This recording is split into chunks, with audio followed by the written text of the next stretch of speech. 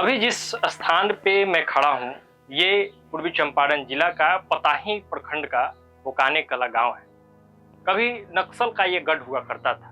नक्सल के आतंक से ये पूरा गांव ही नहीं, यहाँ का जो अधिकांश इलाका है वो प्रभावित था।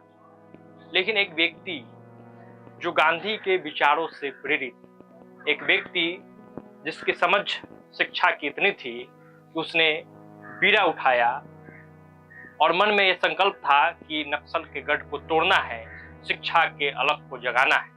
नाम है मुनि जी। अब भले 95 वर्ष के हो गए हैं, लेकिन जब उन्होंने संकल्प लिया था तब नौजवान थे। विनोबा भावे के साथ काम करने का उनको मौका मिला था। गांधी जी से मिलते हैं और पुस्तकालय का निर्माण करते हैं। एक ऐसा पुस्तकालय जो आज भी चलता है, जहां 20,000 से ज्यादा किताबें मौजूद हैं। और मुनि जी ने नक्सलवाद के इस गढ़ को तोड़ दिया है। मुनि जी से मुलाकात करेंगे, यही मुनि जी हैं, और इनसे बातें करेंगे, समझेंगे कि कहानियां क्या है यहाँ से जुड़ी हुई, कैसे नक्सल के गढ़ में शिक्षा का अलख जगा। तो आइए अब आगे चलते हैं और बातचीत भी इनसे करते हैं।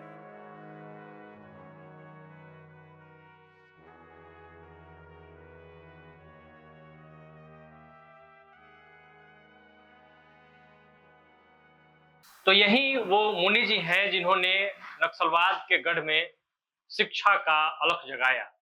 महात्मा गांधी, कस्तूरबा गांधी, विनोबा भावे, सबसे मिलने का सौभाग्य इनको प्राप्त है। सबके साथ इन्होंने काम भी किया है।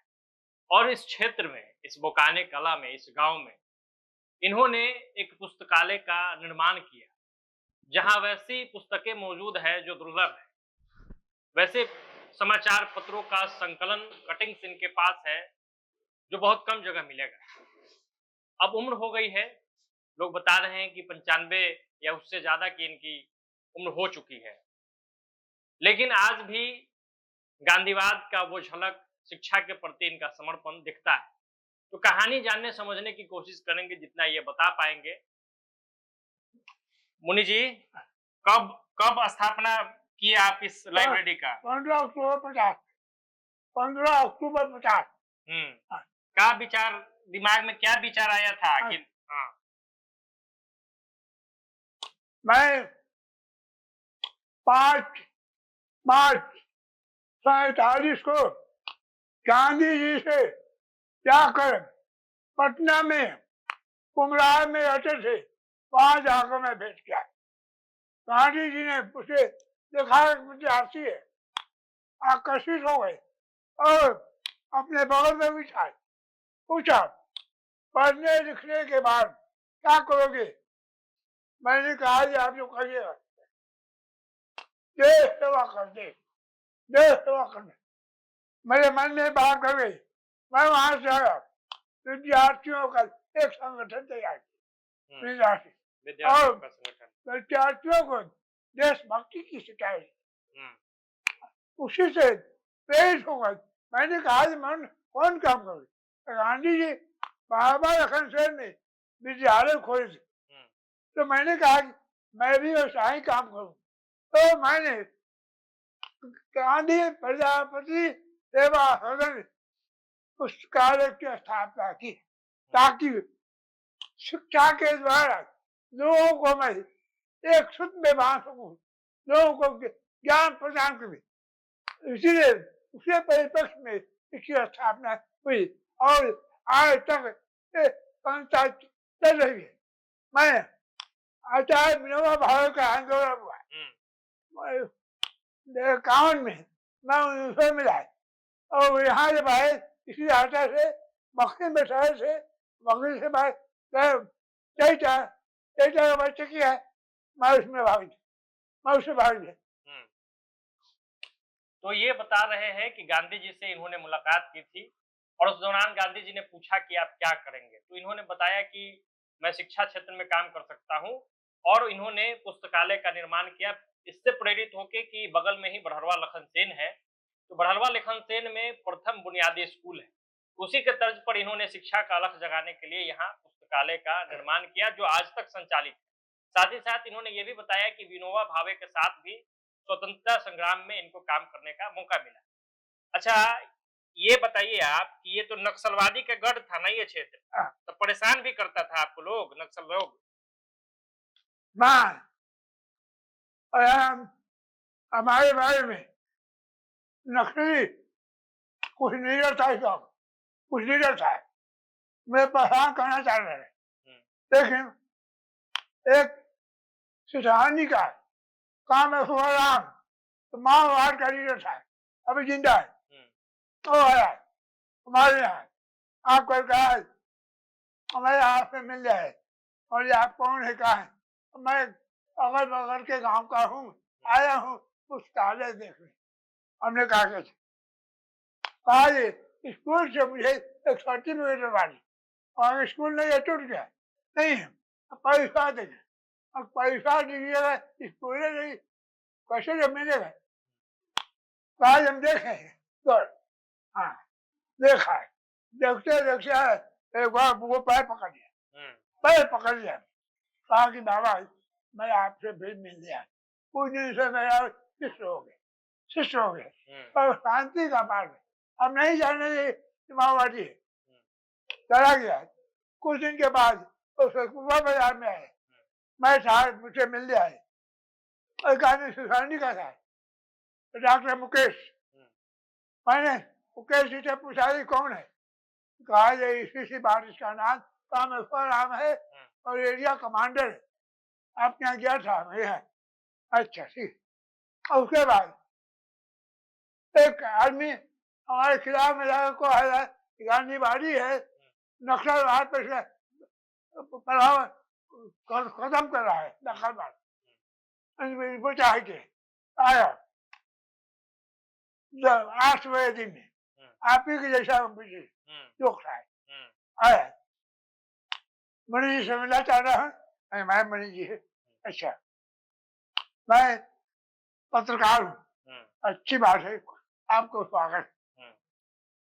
मैं छोटे छोटे बच्चों को दलित के बच्चे मेरे पास आते हैं आज भी, सबको किशमिश दे रहा है, किशमिश बांटा है कि क्या कर रहे हैं, किशमिश दे रहे हैं, क्यों बच्चे हैं पढ़ते नहीं है, गरीब के बच्चे रोड पर खेलते हैं, मारपीट करते हैं, पिता इसका परदेश में काम करता है, उसको देखने वाला कोई नहीं, इसका लाभ है बच्चा अच्छा बनेगा, समाज अच्छा बनेगा, आपको क्या लाभ नहीं तो समाज अच्छा बनेगा, हम भी हमको भी फायदा होगा उसी के। अच्छा चलिए आप लोग कुछ बाहर चलिए इसको छोड़ दीजिए और जाओ तुम 4 बजे आए, यहाँ बैठा देखा आपको क्या कठिनाई, और कठिनाई कोई नहीं, कुछ नहीं, कठिनाई होती कुछ होता ही नहीं, कठिनाई की फिक्र क्यों करती है।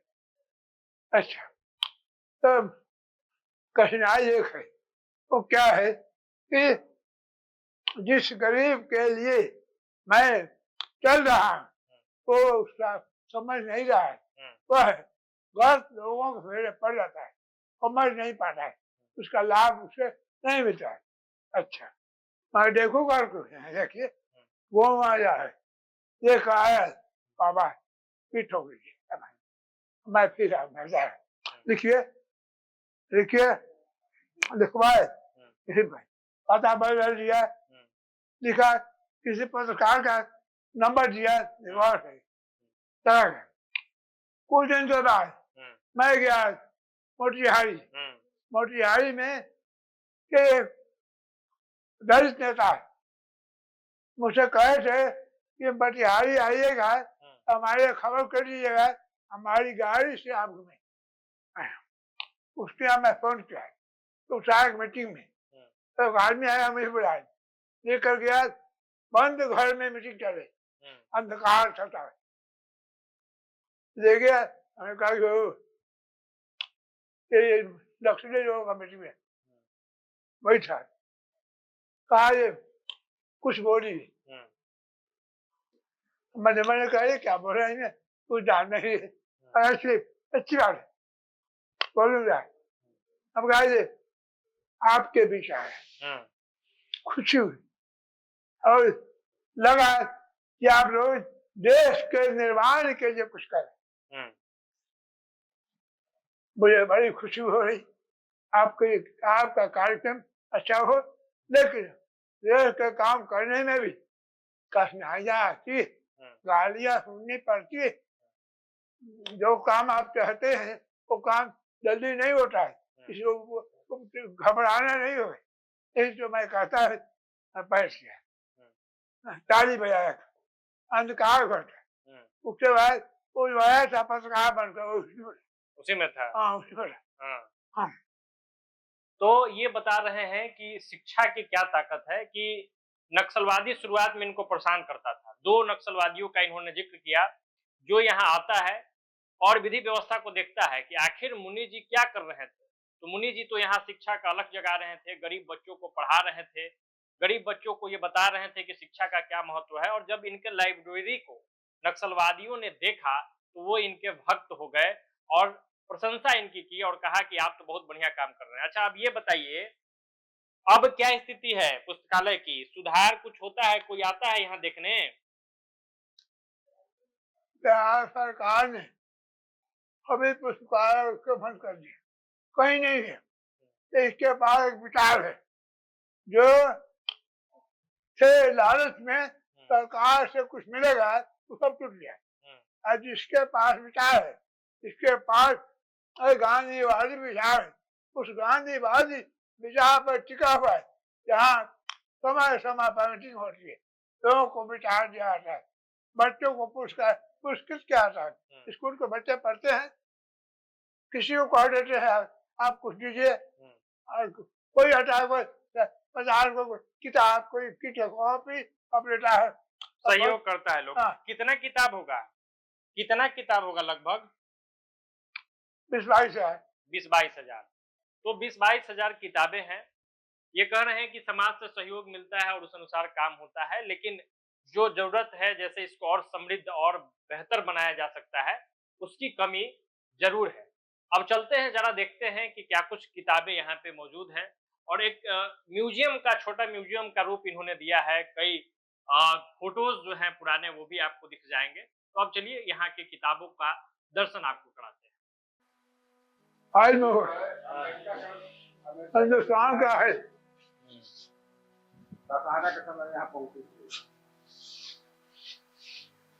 ये संकलन देखिए कैसे मुनि जी से मिलने कई जगहों के लोग आते थे और मुनि जी को हर स्तर पे सम्मानित भी किया गया है। अभी देखिए कि अमेरिकी महिला पत्रकार जो बीबीसी न्यूज से थी, रेना, वो पुस्तकालय पहुंची थी। जो प्रजापति सेवा सदन पुस्तकालय है उसमें 16 अक्टूबर 2013 को आई हुई थी। मुख्यमंत्री नीतीश कुमार भी यहाँ पे मौजूद हुए हैं और ये गांधी पखवाड़ा के समापन समारोह में बोलते हुए प्रजापति सेवा सदन के जो ये कर्ता धर्ता है मुनि जी, उनकी तस्वीरें हैं।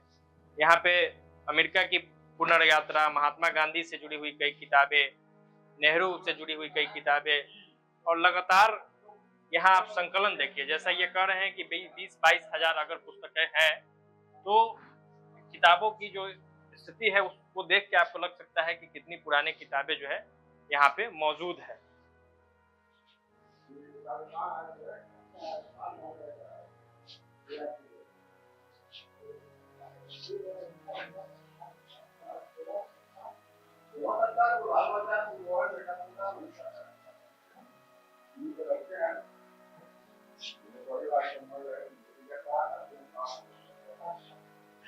मोतिहारी के डीएम आदरणीय श्री रमन बाबू जो हैं यहाँ आए थे पुस्तकालय पर, पता ही आए थे, उसके क्रम में यहाँ आए, देखे, बहुत प्रभावित हुए।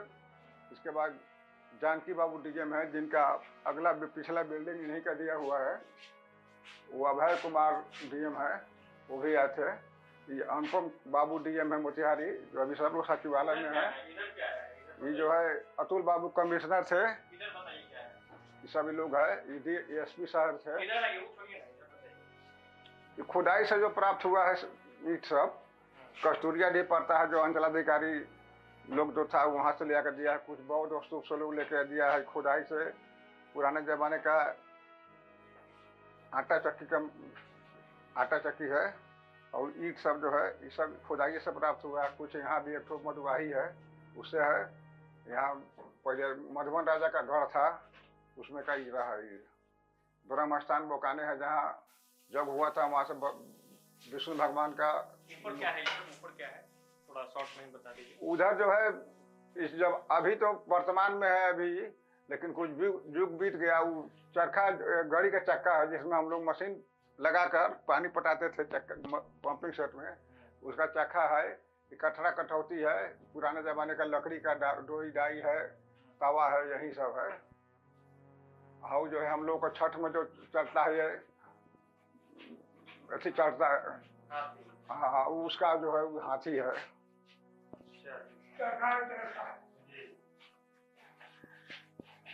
यहाँ का लड़का लोग जो है खेल कर आया था, तो कप जीत कर लाया था, तो कप यहाँ दान किया पुस्तकालय में।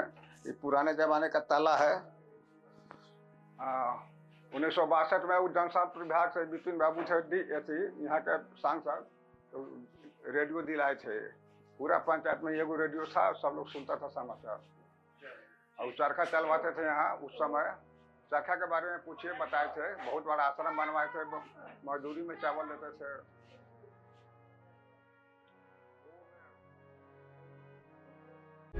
प्रभातखबर.com, विश्वास वही, रफ्तार नहीं।